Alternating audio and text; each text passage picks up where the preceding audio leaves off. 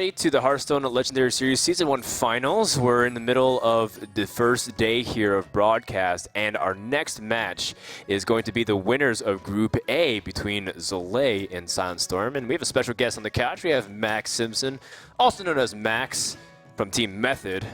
And Max is also our last-minute replacement for the tournament. We're very glad that happened. In fact, you got notification at like 5:30 a.m. that we needed you to get on the plane at like 10 a.m. Yep. That's right. And you somehow still made it. Yeah, I live like 10 minutes away from an airport, so I like packed my stuff, got in a taxi, and was at the airport like 2 hours later.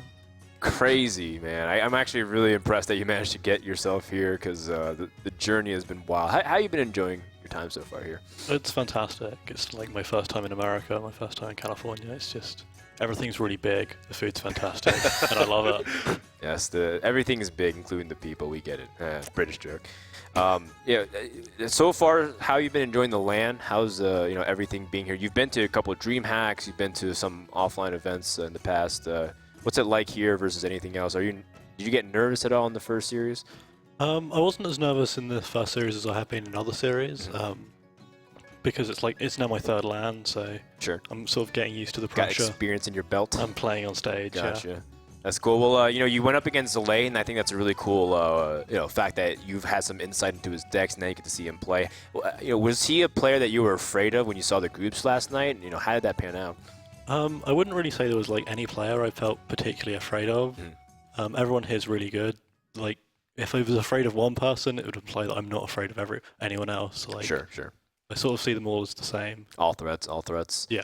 Gotcha. Well, we're happy to have you on the couch here, and we're happy that the next match is between two players that are still also carving out their stories. You might have seen Max in other tournaments who's making a name for himself to qualifiers. A lot of people have seen Savitz, but these two players are two of the dark horses that, honestly, we thought, TJ, would be threats to potentially even win the tournament. Yeah, for sure. We saw Zalae very early on. I think he made his debut just about the time when Max made his debut as well, and he actually got invited back week after week after week. And he finally ended up winning in week number 7. So it took him a while to get there, but making it all the way through the open bracket, really impressive stuff. And you can see little fun facts on it. He actually stands up while he's streaming. Yeah. So he gets his blood flowing. It's supposedly like good for circulation of the brain, blood to the brain. Circulation of the brain. We don't want your brain rotating in your head. It's good supposedly to help you think. Stop laughing at me, Max. I'm not good at talking. SilentStorm, on the other hand, we haven't really seen him stream, really, right? I haven't seen him do much other than ladder a lot and play in some of these qualifiers. And one thing to note about SilentStorm is that he's a great player, he's a great deck builder, and he gives bomb-ass interviews. But the fact is he also plays second at one of the most prestigious online tournaments out there that's ever happened, which is the Prismatic Cup, #2, where he got into the finals against Colento. And it was like he absolutely tore the Swiss rounds apart. He was undefeated, and he just put on such a display of skill. I remember me and Milkcast were talking about him, being really impressed with the guy. Yep. Well, you can see their decks there on the screen. We've seen both these players play so far. So what are your thoughts, Max, on both these guys' lineup and what they chose to bring? So I think, neither of them brought Hunter, which I personally think is a mistake. Because I still think Hunter is really, really strong. Having said that, we've seen two people play Hunter, and both of them lost their matches. It's true. And one of them was me. So I probably don't know what I'm talking about here. But I think Warrior is definitely really strong. Unfortunately, he's running it into the Druid list, which I think favors the Druid player. So I'm really interested to see how that plays out. Well, we have 6 different classes for this series. That to me already is a great sign of diversity in the metagame. But of course, partially because SilentStorm is so wacky and different. He's got his Warlock and Shaman, 2 classes we'd anticipate coming into this. And we're about to find out who will be the first player to advance to the round of 4 between SilentStorm and Zalae as we get ready with game number 1, Druid versus Warrior. Really unfortunate here for Zalae. Especially the faster the Druid gets, the harder time a Warrior has to be able to deal with it. I mean, having said that, we see the Bomb Lobber in his opening hand, which is actually one of the cards that's really, really strong against Druid. Like, it normally can kill something or finish something off, and putting a 3/3 body on the board at the same time, once Druid loses board control, it tends to lose the game. unless Warrior's low enough to be in range of the combos. So What- if Zalae can get early board control, then he's looking good. What do you think the Bomb Labber was included into the deck in anticipation for? Because we've seen a couple of choices for Bomb Labber, of course. We saw you playing one. What do you think a Warrior is trying to do specifically with Bomb Labber? Because we saw it at the very beginning of Goblins vs. Gnomes. Players like Kit Kats was experimenting with it, and then it got taken out. Why the return? So it's very, very good against Rogue. Warrior is a deck that's quite strong against Rogue anyway. Bomb Lobber is a card that kills, it kills Shades, it kills Azure Drakes? Azure Drakes, exactly. And if people are still playing Auctioneer, it kills Auctioneers. But what we see from that's really interesting, which I wasn't expecting anyone to bring, is a Frothing Berserker in the hand of Zalae. That was so delicate the way you said it. Say It was. The Frothing Berserker. It's really hard to say. Oh, it's so adorable. It's awesome. He's going to save his Innervate for the curve where you can put Dr. Boom out on turn 5 after the Pilot Shredder. Can't argue with SilentStorm there. But yeah, the Frothing Berserker is such an interesting choice because, I mean, we haven't really seen that kind of like mid-range approach, right? Because that's what the Frothing Berserker is. They're mid-game pressure. But at the same time, is that a call against Rogue? Is it a call against, maybe he anticipates another class being present? What do you think? I'm not really sure, to be perfectly honest. I'm not sure what it's good against. It just hasn't seen a lot of play recently. I guess the idea is if you're cutting some of your late game threats, because you must be cutting things for Bomb Lobber and the Berserker. So it's something that you can play on turn 3 that your opponent has to deal with. Right. I mean, he has to because it's just the threat of what the Frothing Berserker can do. Zalae was actually a pretty big innovator as far as the Legendary Series went. He was one of the first players, at least as a Warrior, to sort of experiment with new things. He was one of the very first players to use double BGH in one of his decks. That was really early on, and that was basically because he was reading a lot that Handlock was becoming popular, because this was prior to GVG, before Dr. Boom was a thing. And it had him, gave him great success. Vitality Totem. I mean, that buffs up the Frothing Berserker to a 4/4 now. I mean, keep in mind, any single target is damaged, so the Death Spite synergizes with it as well, maybe allowing him to snipe some really high health targets. It's definitely a very powerful card if you can get it to work. The issue is it does have 4 health, but against a Druid, if they can't get board control, then they're not going to win the game. Yeah. Usually this would be a play for an Innervate Ancient of Lore, but he just can't really afford to do that, because if he throws that down, even though he's getting the draw, it's trading with the Death Bite, and that Frothing Berserker is going to get huge just because of the Whirlwind effect from the Death Bite, plus all the minions taking damage. It's just, you can't really let that happen, let the Warrior get that much control over the board in the game. Well, there's actually a couple of interesting plays here available to deal with Dr. Boom, but of course, the big wild card is what will these Boombots do? What will they hit and how much damage will they deal? Because you're not worried, I mean, the Death Spite Whirlwind effect will kill off the Boombots, but also weaken your minions, so it makes it a higher chance for it to die. Yeah, his only real answer to the Boom is the Frothing Berserker right now, and if he uses the Death Bite, then he risks losing his Berserker to the Boombots. Right. He could attack into the Dr. Boom first with his Berserker, and then attack the Boom with his Death Bite. Is it still going to be green? I think it will. It is. And as a result, he might be taking a lot of face damage, though. Wow, that's a great outcome. Oh.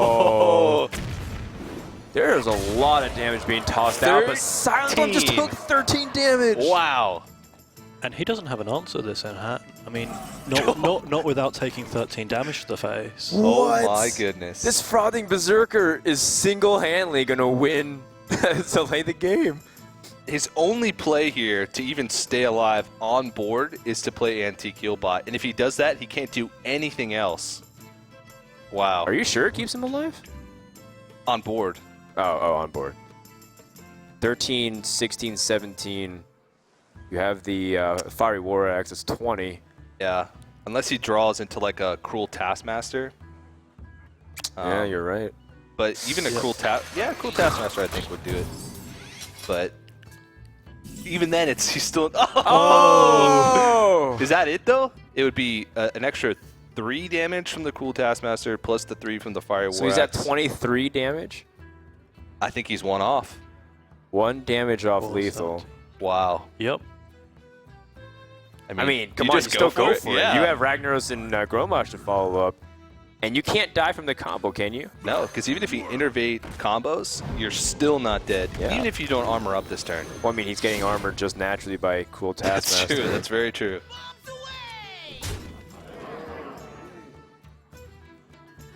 So I think Zalae is wondering about the... Okay. So... Still the same amount of damage, you just cashed Oh, wait, in what? What? I think we can't count. He gets 1 He gets 2 damage because he trades in the armor smith. Yeah, he gets 2 damage because the minions collide. That's why he's on the stage and we're on this comfy couch. And this is why I lost my 1 damage off lethal is because I can't count. Man. Max is like Oh, gosh. furiously taking notes on his card. That was really embarrassing on our halves. I guess that goes to show you can have a physics student and 2 college dropouts and you still can't figure out lethal. Well, that was really well played. I mean, it's one of those things where Frothing Berserker, I mean, just shows that he's practiced with it. Like, it's the things where he just had to double check, make sure. It's just a familiarity thing, right? Where, he was able to calculate that, really impressive. But even more than that, it's the fact that he included into his deck, and it became an impact card in a matchup where it's generally tough for Warrior to beat the Druid. Mm-hmm. Yeah. Yeah, his warrior, it doesn't look like Control Warrior. It looks like this new, like a mid-range warrior, like it's got piloted shredders. It almost looks more like a druid deck with like mid-range creatures and weapons and things to control the board more than a traditional Control Warrior does. Yeah, Interesting observation. I mean, we've only seen part of it too. Did he cut some of the late game cards out of his deck in order to make it happen? So, I mean, we don't know fully for sure, but one thing is definite is that SilentStorm will have to be on his toes at all point to watch out, because Zalae's included a lot of these small tweaks across all of his decks, not just his Warrior. When you sign up to be a Hearthstone caster, they give you a simple math test, and if you get it wrong, they hire you on the spot. I'm flushed, man. We'll never live that down. I can just only imagine the amount of fail fishes that's going on right now. All right, let's go into game number 2, Warlock versus Rogue. This deck, did you get to see it at all? The Warlock deck? Yeah, I did. It's the double Mistress of Pain, double Power Overwhelming deck, right? Mm-hmm. Yep. I mean, that's because that's pretty much all the cards we saw. Yeah. We didn't get to see much. We also saw a couple of interesting choices. It seems to be more focusing on the demon side of things as opposed to like the combo. Yep. You see double power overwhelming, you might be tempted to be like, this is one that goes for like the 24 damage combo. But this one actually has Mal'Ganis and Voidcaller and a few other controlling type cards. So it's interesting to see if it will match up against Rogue, because Rogue is a class that you're watching out for this tournament, aren't you? Yeah, like Rogue is it's one of the strongest classes. Now with the oil and the blade flurry, there's a lot of burst damage in that, and burst damage is traditionally how you beat these sort of warlock decks that want to life tap a lot, go low. It probably doesn't look like he's playing Molten Giants, so that's something that we don't need to worry about too much. I mean, he could be, but it's probably not something we're worrying about. Something we see from Zalae is that he has piloted shredders in his rogue deck. That's generally like a nod to how strong Warrior is in this matchup. And it tends to be, if you're playing piloted shredder, you're probably not playing 2 saps. So that's something that will definitely have an effect in this matchup, because with the Mal'Ganis and Jiraxxus coming down from a Voidcaller, sap tends to be the go-to answer. Yeah. Another fun fact for this matchup, I believe this is actually the oldest player in the tournament versus the youngest player in the tournament. Yeah, that's wild. It's pretty crazy. Both these guys make it to the winners match. I believe SilentStorm is I think 17. I think they're like 10 years apart. Yeah, it's an and entire decade. Even more. And Zalae is like 28. SilentStorm doesn't even know what like a floppy disk drive is. That's scary. He doesn't know the pain of blowing into a cartridge and trying again to get your game started. At least I don't think so. He might have been like 4 or 5 during that time. Who knows? Might have been like a video game prodigy and was I believe it. I believe it. playing that Smash 64 way before his time. So I guess he gets an early curve starts and he has a decent board. Bro can easily bounce back from something like this as soon as he picks up Blade Flurry. So this minion positioning is quite interesting. He didn't put the 2 Void Walkers together, which I think is probably a mistake, because he has a Defender of Argus. His options for playing Defender of Argus now are only Mistress of Pain and Void Walker, whereas if he had put the 2 Void Walkers together, he could have chosen between buffing up the 2 Void Walkers or buffing up a Mistress of Pain and a Void Walker. That's a great point. He's denied himself an option with that minion positioning there. It's a fair point because he could choose either way there then. It might end up being the case where he wants to buff it up anyways, but in the case where it doesn't happen, I guess you're right there. In the meantime, Zalae's caught in a little bit of an awkward spot. Does he want to just push out a 4-drop here as soon as he can? And if so, is it going to be the Pilot Shredder or the Violet Teacher where he can get out some other stuff? So I think putting out the Piloted Shredder here is quite good. Putting out the Violet Teacher, you do get a 1-1, but that 1-1's probably just going to die. Oh, he's going to get 2 1-1s because he's going to use both backstabs. I'm ready to Yeah, I think if he wants to use both backstabs, then the Violeted Teacher is definitely the play. Well, he goes for the board control, and that's what he wants to do to shut down this Warlock deck. Now, something to keep in mind is that Zalae has also played interesting amounts of Warlock as well, from his own combo lock to hand lock himself. He actually attributed his victory in the week that he won to that Warlock deck. So when we spoke to him, it's pretty interesting that he thought that it completely won him an entire tournament.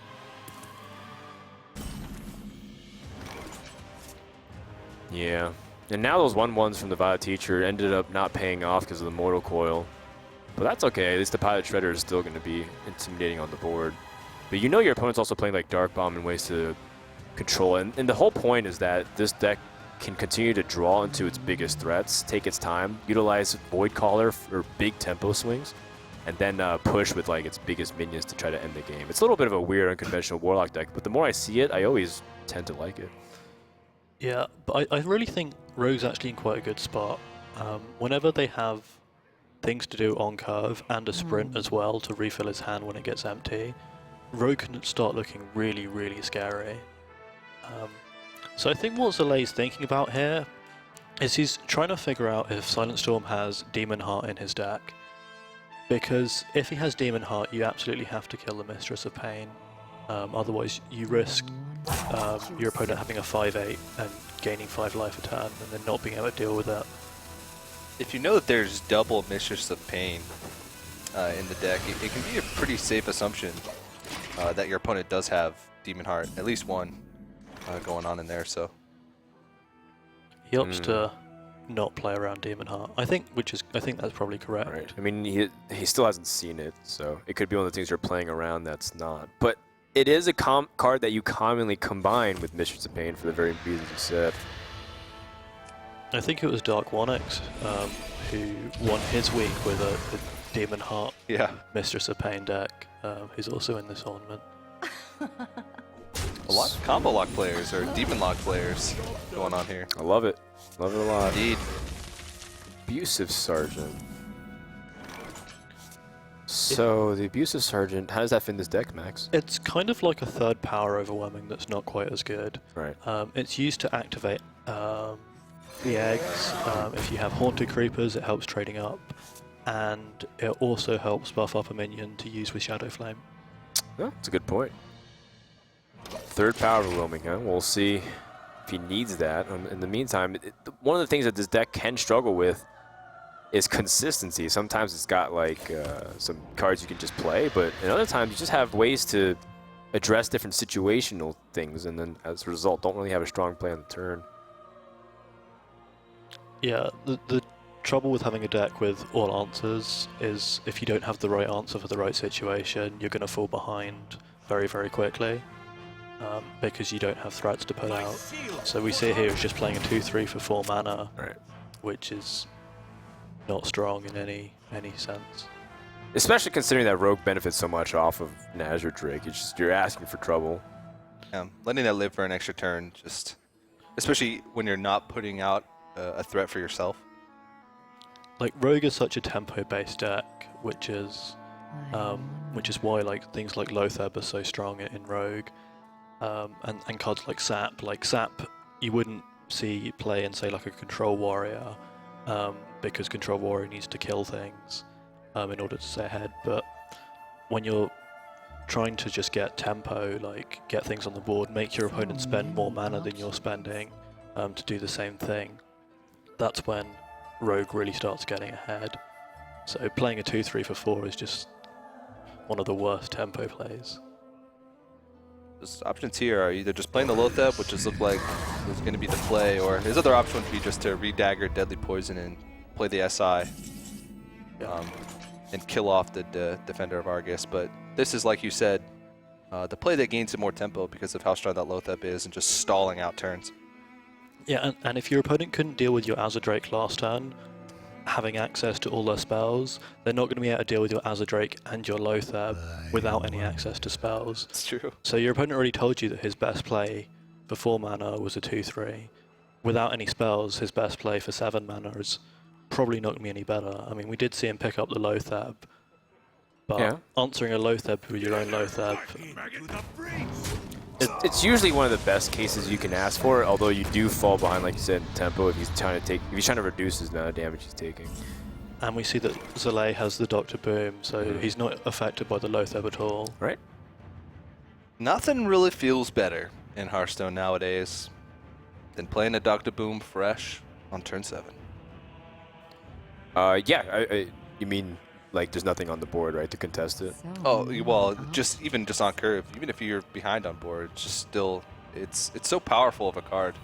Even if it gets, it's one of the cards that even if it gets BGH, you're still in an okay spot because the boom spots can still dish out quite a bit of damage. And we see that Zalae elects not to trade Lothebs, which I think is good because he just wants to get in as much damage as possible. Yeah, those boom bots can do so much too.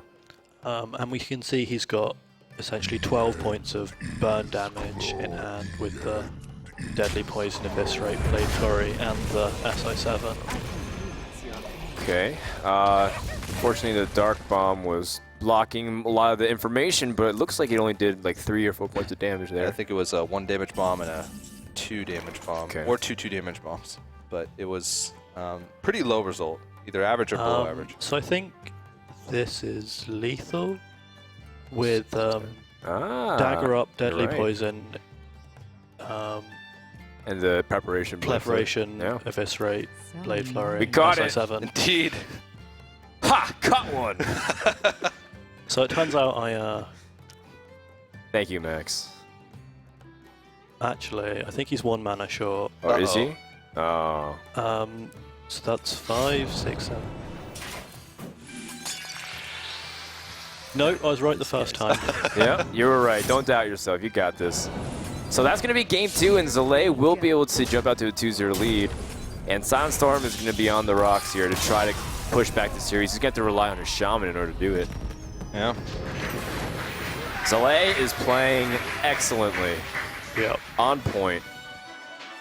SilentStorm's coming off actually a 3-0 victory over Savage, so he was actually riding quite a bit of momentum coming into this match, but Zalae just halted it as soon as he got in. Wasn't ready for that frothing Berserker. Zalae, I mean, he's prepared. We had a couple of guys come in early to explore California a little bit. They practice, of course, a fair amount. But, you know, we are like offering like, hey, you want to go hang out at, you know, this part or this beach or this pier. And Zalae just turned down all the invites because he said, I'm here for a tournament. I'm here to win. I'm here to prepare. So There's been no games. There's been no fun for Zalae in the past couple of hours here, 24, 48 hours for him. He's been all business, and it's good to see that it's been paying off for him so far. He's here to win some money. I guess everybody's here to win some money, but he's here to give himself a better chance of winning more money. That's right. So it's $8,000 for first It's $8,000 for first place. Do you know how many packs you can buy with $8,000? Is it 8,000? Is it enough for a golden collection? Probably not. Oh, No. probably. Okay. I think so. You think so? Yeah. How many I don't golden cards do you have? How many golden legendaries do you have? Me? Max? I have one golden legendary. It's a Mally Ghost that I opened. I have 0 golden legendaries. What? Aren't you completely free to play, man? No. Oh, okay. Come on, like, Hearthstone's I thought I asked you one time and you said. I dropped a bunch of money like when GVG came out, but Oh, okay, gotcha. I don't play with golden cards because I want all my cards to be the same. And I don't play with golden basic cards because it gives your opponents free information. Because so you get a golden Yeti, I think, at like level 54 Hunter. And if you play a golden Yeti, that gives your opponent the information this player is a level 54. I think it's Warrior, 54 Warrior. So you give okay. your opponent that information Whoa. for free. It's like, wow, this guy has a lot of free time to get Warrior up to level 54. Next level. Exactly. Oh, we know, Dan. We know how much I love Control Warrior. Oh man, no Warriors this game at least. We have Shaman versus Mech Mage, and it looks to be like the normal Shaman that we've come to see. That a few different inclusions like some mech cards, Pilot Shredder, the Harvest Golem, but overall seems to be pretty streamlined across, and it did beat Savitz in Game 3 in our previous series. Yeah, this is a pretty solid opening hand for Zalae as well. He's got Mech Warper and Cogmaster for turn 1 play as well, so he could ramp up pretty quickly. He didn't play the Clockwork Gnome for free on the following turn with that Mech Warper. So he has Crackle and he has Lightning Bolt. There's one of those things where it Interesting. used to be cut, right? One for the other. Yeah. But we see he used the Lightning Bolt on turn 1 on the Cogmaster, so he now doesn't have an answer to deal with this Mech Warper. And you can see he's already essentially got 1 mana off it already, and he's going to get another mana off it next turn. Man. Maybe SilentStorm's thinking, Did that, I "No, mean, I've made a huge mistake." yeah. I mean, the fact is, I mean, of course you want to shut down the early pressure because of how much damage, but the fact that this Yeti can come out on 3 is a really big deal. We think about it, Cogmaster's threatening, but you would play Cogmaster most of the time when you have a good follow play for turn 2. And the mechs that are going to come out on turn 2 are most of the time really important to be able to deal with very quickly. Either Snow Chugger, which not necessarily as good against Shaman, but still problematic, or Mech Warper, which is just a card that you never want to leave on the board for that long. But we see that Zalae's essentially running out of things to do here. So if the Lightning Storm were to come down and kill everything, that would be really, really good for SilentStorm. I'm not sure if he's going to go for it. I think it would be a risk playing the Lightning Storm here, but he doesn't want to play it next turn because he's probably going to want to coin out the Fire Elemental on turn 5. Right. But he can't, that means he can't Lightning Storm this turn either. So Lightning Storm's going to sit in the pack pocket for a while. Yeah. Yeah. I think it's also good news because his opponent had 4 mana, and he played a Snow Chugger and then Hero Power. So with 3 mana left, it's like maybe he has more situational cards. It gives him some information to use as well in the following turns. Yeah. What to do? What to do? So Zalae's essentially just thinking about whether he wants to try and clear the piloted Shredder or just go face. I think I quite like just going face, given the Fireball in hand, and given that you have a 0-1 taunt that What is to going to do? eat the piloted Shredder What to attack do? anyway. I mean, you have to be worried about a Lightning Storm, but it's not even that good unless he rolls a Spell Power Totem first. Well, there's that old saying, guys. When life gives you lemons, just go face. Oh man, that is a bad outcome on the knob. Get the Knobs Engineer off the Pilot Shredder as well. Probably one of the worst outcomes possible, right? Yeah, I'd say so. Yeah, I think SilentStorm is going to be struggling for quite some time because now the point is the mage is counting backwards from the fireball. It's like, well, I'm only this amount of damage away from lethal. Now I'm, well, it's like 5 + 6, 7. Only 7 points of damage now off lethal. And he has the Dr. Boom. That's so right. This is looking really, really tough for SilentStorm. And although Zalae does know that SilentStorm runs heal bots in all of his decks, so it looks like he's electing to go for a more board control route here, which is probably going to work out for him, given that we can see the heal bot in SilentStorm's hand. Still painful that you have to just keep get this pressure applied to you. This Azure Drake's gonna try to dig a little bit deeper. Everything's just like, it's just too slow. This Mech Mage started off so quickly because his Mech Warper is giving him so much mana to use throughout every single turn. Wow. And now he just goes face because he can't play Healbot and Lightning Storm and deal with the Dr. Boom all at the same turn. So it's looking like he probably has to Hex Lightning Storm. He also might die. That's true. There is a chance he might just die from this. Well, he didn't die because he got split the end turn button, so... But how much damage is he going to take? Oh, All right. not the worst Pretty outcome. reasonable, but now Mage is 1 damage off lethal. Oh. Oh, he... Huh, well, that's a little bit awkward because that's like the worst... the worst spare part. Yeah, the worst spare part that you could have asked for with Antonidas. There he He's is. still going to go for it. And there he goes. So now we're going to see the heal bot come down, but I'm not sure. The heal bot puts him up to 13. Aha! Well, he's got some work to do. If he has a second heal bot, maybe. Okay, so now it's either Antonidas Frostbolt Oh, you're or right. to get which gets another fireball. So The only other points of healing that a shaman would have would be a second anti-kill bot. Or yeah, I mean the only other hope from that is like if you have a pilot shredder and you get like Vitality Totem. Whoa. he could be running Vitality Totem. He's probably You're not. absolutely right, Max. He could be. There is a possibility. That card does exist, and he does have the ability to put it in his deck. I don't know though, but I'm pretty sure Zalae might just 3-0 here. Well, this is lethal, and there's no way of staying alive. Right, with, yeah. He can't kill. Unless this Drake draws something else otherwise. Yep. Because just double fireball on the ping. So it looks like Zalae takes this 3-0. Very impressive performance. Yeah, from game 1 of that Warrior, all the way here to advancing in his group to the top 4. One of the dark horses, but a player that's also brimming with confidence. Zalae coming all the way from Cleveland, Ohio, and into the top 4. What a great story this guy's had to struggle through the weeks, almost not qualifying, just always getting 1 round deeper, but falling short, and then being able to get here. It's pretty impressive so far.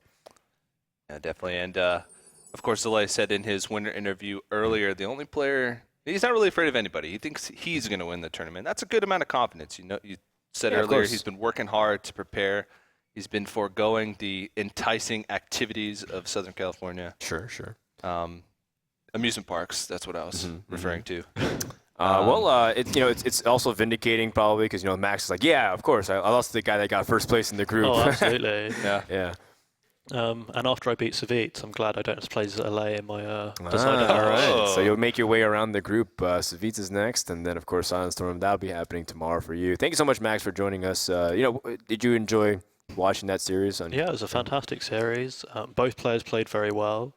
I really like Zalae's decks going into this tournament, and he's playing absolutely fantastically. He deserves to be the group winner. Everyone else in the room has been put on notice. And if you guys agree, you can hashtag HLS on social media and let everyone else know about what's going on. Also on social media, we're doing a little competition.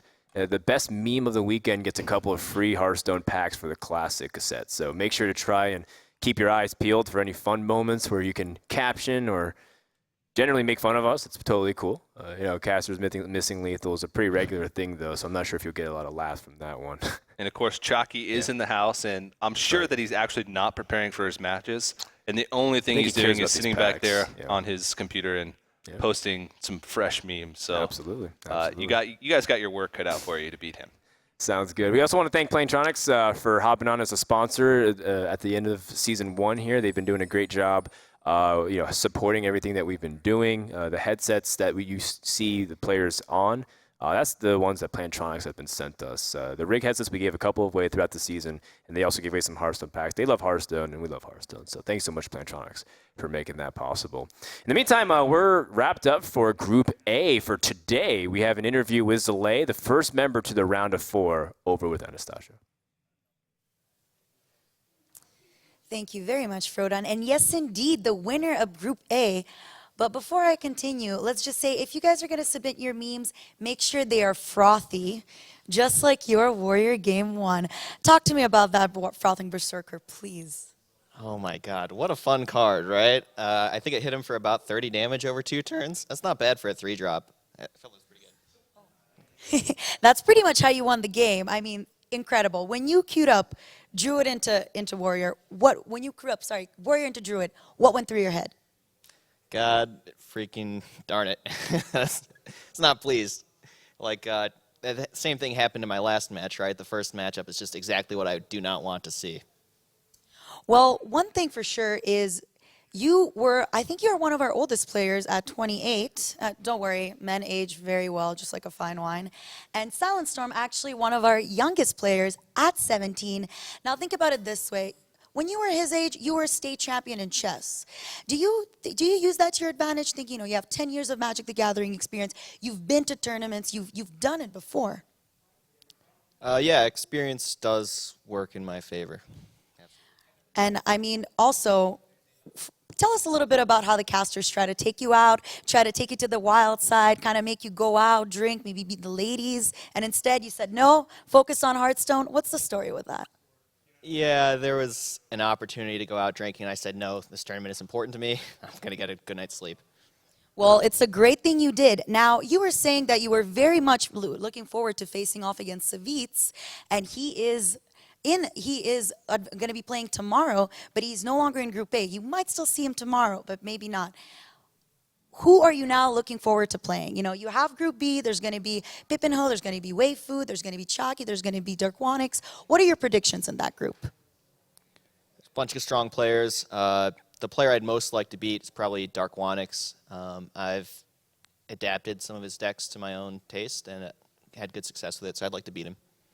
Well, I wish you all the very best of luck, Darkwonix. If you're listening, I guess you got to win your matches now. Somebody wants to beat you. And thank you very much, everybody, for tuning in. This was our winner of Group A, Zalae. For those of you that are just tuning in, don't go anywhere. This was the end of Group A, and we will be continuing with matches from Group B. The Hearthstone Legendary Series will be right back after this short break.